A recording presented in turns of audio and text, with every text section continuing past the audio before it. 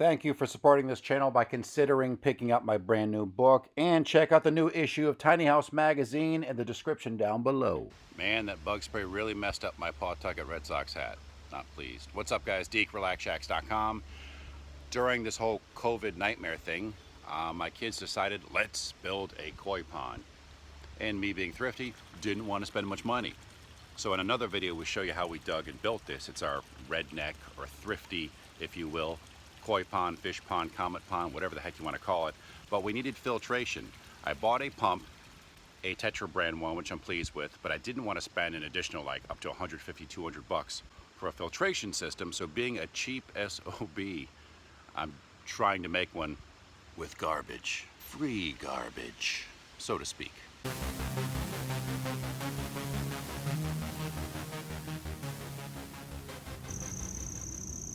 Quick update too in the gardens, which you've seen in other videos. These are the ones I started real late in the season. I use this stuff called Mit-Liter Magic. I'll show you. It'd be funny to hear Schwarzenegger try to pronounce that one. Mit-Liter Magic. Here's how you spell it. It's this like super fertilizer, weekly garden food. The stuff's pretty awesome because these things have been growing fast. Just a little tip for all you gardeners out there. And now to the pond. So you can see the water below. As compared to yesterday, which I didn't film, is kind of like at a trickle. I am adjusting the flow of the water. This is so redneck with vice grip clamps for now, because as the water flowed faster, these junk towels, there's 3 layers of them in trays that are nailed in place or stapled in place, if you will. They slow the flow of the water as they're doing their filtration business, and as a result, the water eventually slowly rises up and overflows, as you can see here. So you're getting some drainage on the back corner because this isn't perfectly level, and as a result you're kind of losing some of the filtration capabilities of this.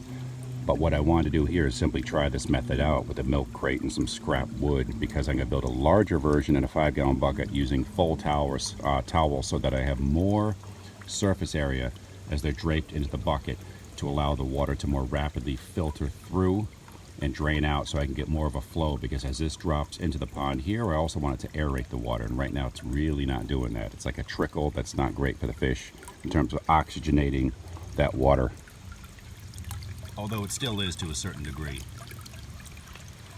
But overall, for like $0 spent, I am rather pleased and excited that this is working. It's the junky, ugly prototype. Even the hose was a leftover piece I found and cut with a machete, which works really quickly with chopping hose. Yesterday, we could not see these rocks. This has been running about 12 hours, but today they are visible, they're apparent, so this is certainly working.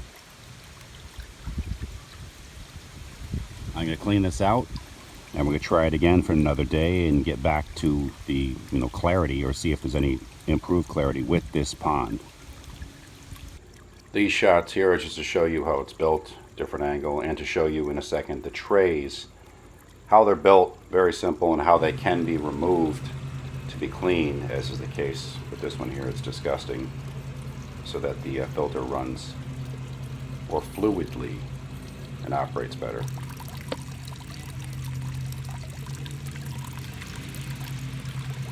Excuse the background lawn mowing. So I cleared out tray number 1. Tray number 2, as you saw, wasn't too dirty. Tray number 1 was filthy. I just took that frame out, hosed it from the opposite side to blow out all that gunk, put it back in place, and it's flowing nice and cleanly and smoothly yet again. Alright, it's the next morning, and what a beautiful day it is. Getting a little clearer. It's a slow process. I mean, I have the water running so slow, but it's looking good. Here's that Hello Fresh packaging thing, which is food grade, that I added. This could be another thing I tried in filtration, because we started doing Hello Fresh as a trial offer, and they package it with this stuff. It's like almost plastic based or cotton based, I don't know, that you can recycle. I put one of these on top the other night. Look at the mess under there of the towels, which I'll have to hose out again. And look at the residue it left behind. So this is certainly keeping out a bunch of gunk.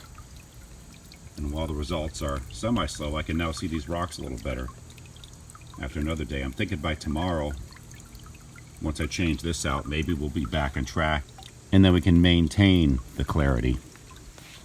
I still got to do something about changing the rocks, building up the earth over here to hide this pond liner because it looks terrible. But we're working on it. Took that filter out. Look at this scuzz. Great thing is, from the backside, I can just blast this stuff out and reuse it, I imagine. Because it looks like it's maybe plastic based. I looked this stuff up. It doesn't seem like it'd be harmful to the fish, so I'm trying it.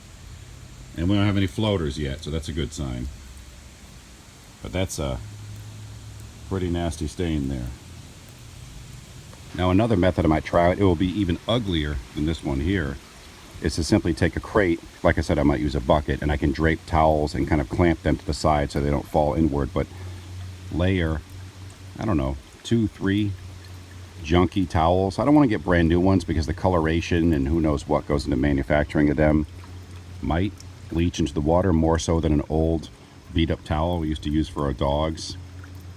So by draping the towels in there, again, sorry with the coffee in the shot, more surface area, it might drain quicker and I can increase the flow of the water, thus aerating the pond more efficiently.